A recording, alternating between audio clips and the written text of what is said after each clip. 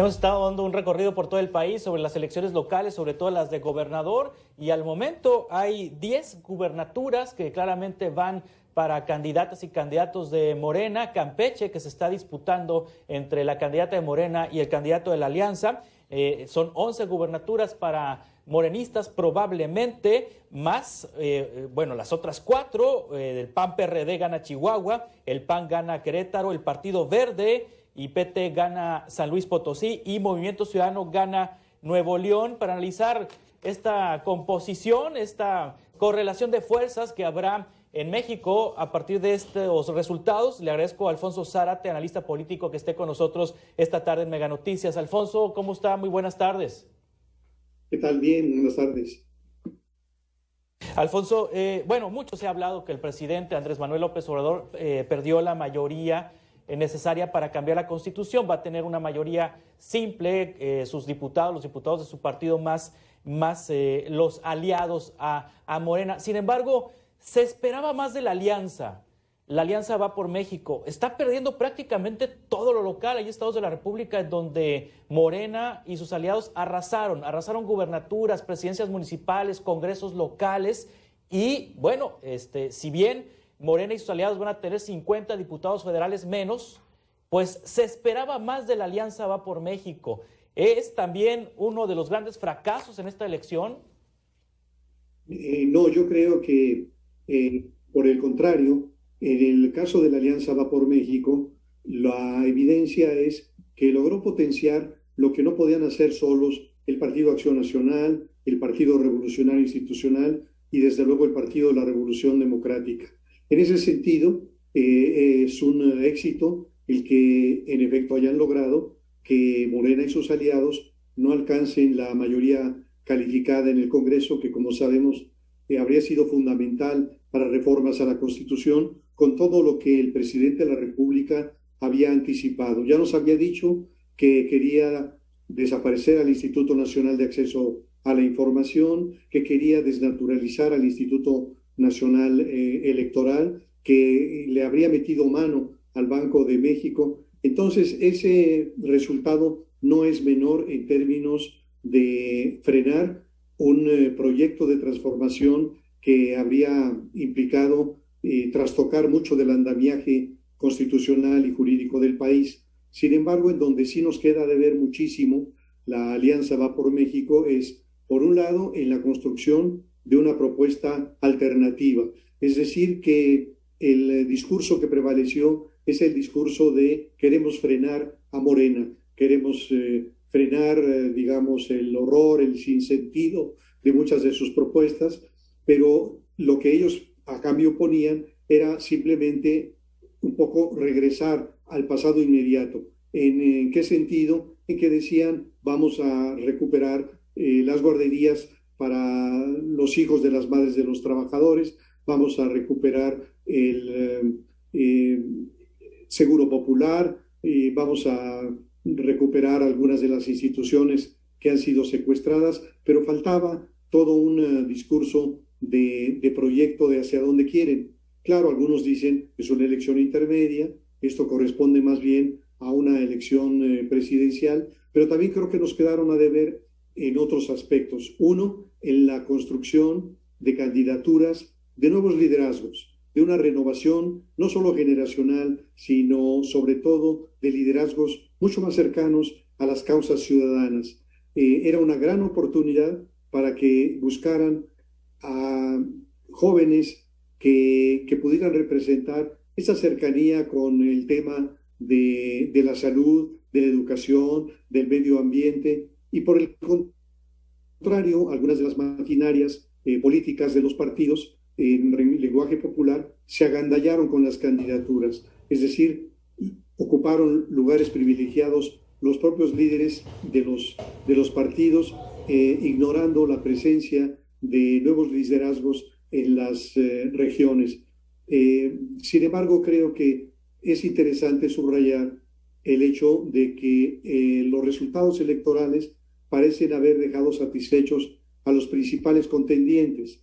El presidente de la República, por ejemplo, esta mañana se apartó del viejo discurso que había estado construyendo a lo largo de meses del fraude electoral, hizo un reconocimiento a los resultados y subraya el hecho de que su partido con sus aliados van a tener la mayoría absoluta en Cámara de Diputados, con todo lo que esto significa. Hay que recordar que a la Cámara de Diputados le corresponden como atribuciones exclusivas, por una parte, la aprobación del presupuesto y por el otro, la aprobación de la cuenta pública.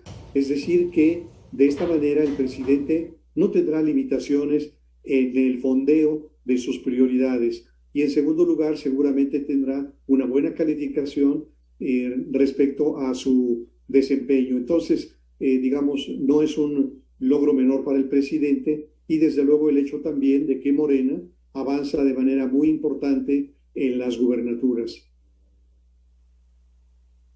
Sin duda, Alfonso Zárate es Movimiento Ciudadano. Este partido político decidió jugársela solo, no ir con ninguno de los partidos del presidente, de los aliados del presidente, ni tampoco ir con la alianza Va por México, y obtiene una gubernatura, gana espacios locales importantes en los estados, y además, pues, los votos que tendrá en la Cámara de Diputados pueden ser los votos bisagra para las reformas que pretende el presidente López Obrador, ya sea para apoyar a López Obrador o ya sea para torpedear a López Obrador. ¿Podemos decir que MC es otro de los grandes ganadores en este proceso? Sí, sin duda. Yo creo que, digamos, en este sentido, la astucia política de Dante Delgado le ha significado, por un lado, el ganar una gubernatura con un enorme peso específico. Así que ya tiene al estado de Jalisco y ahora al estado de Nuevo León, y me parece que son un buen sustento para lo que viene. Por otro lado, sí, creo que lo que está trabajando y lo que quiere construir es hacia el 2024. Es decir, de nuevo, están trabajando para construir una opción en la elección presidencial de 2024. Aumenta el número de votos, aumenta el número de los legisladores, y además logra algo muy importante, que es que un segmento del electorado se olvide de que Movimiento Ciudadano fue Convergencia, que es el partido que acompañó durante muchos años a Andrés Manuel López Obrador, y que en el fondo es todavía un interrogante de qué papel va a jugar, al igual que yo diría de los otros partidos de oposición. Vamos a ver en la práctica, a partir de la instalación de la nueva legislatura, si realmente se comportan como una oposición inteligente, razonable, que no simplemente diga no a todo lo que proponga a Morena, sino por el contrario, que tenga la capacidad para discutir, para debatir, para enriquecer las propuestas y para acompañar a Morena en lo que sea dable, en lo que vaya en beneficio de México, y oponerse en aquello que sientan que va en contra del interés del país. Sí, usted en un tuit hace 18 horas dijo: durante el gobierno de Peña Nieto llegó a hablarse de la generación podrida, Javier y César Duarte, Roberto Borges, Roberto Sandoval. Hoy lo que se apunta es una generación frustrante: Durazo, Monreal, Evelyn Salgado. ¿Qué pasó? ¿Por qué los electores prefirieron a Durazo, a Monreal, a Evelyn Salgado, digamos que también a Laida Sansores en Campeche, si es que se confirma su triunfo, sobre los candidatos de la alianza? ¿Se equivocó la alianza para designar candidatos? Yo creo que sí, pero yo diría que se equivocaron los dos. Es decir, se equivoca la alianza Va por México porque no identifica a esos liderazgos que conecten con el electorado, que traigan propuestas frescas, que sean convincentes y desde luego que hagan una muy buena campaña. Yo diría que el resultado electoral es finalmente producto de la interacción de múltiples factores. Uno de los factores importantes es la fuerza, el arraigo de los partidos políticos. Otro factor importantísimo es el candidato. Hay ocasiones, se vio en Jalisco, en donde el candidato, Enrique Alfaro, tenía una fuerza y un carisma que podía potenciar a un partido absolutamente marginal como Movimiento Ciudadano. Entonces, el candidato importa mucho, pero importa también la oferta, la capacidad para vender una oferta seductora para los principales sectores de la sociedad, la disponibilidad de recursos jurídicos, económicos, políticos, los apoyos de los grupos, etcétera.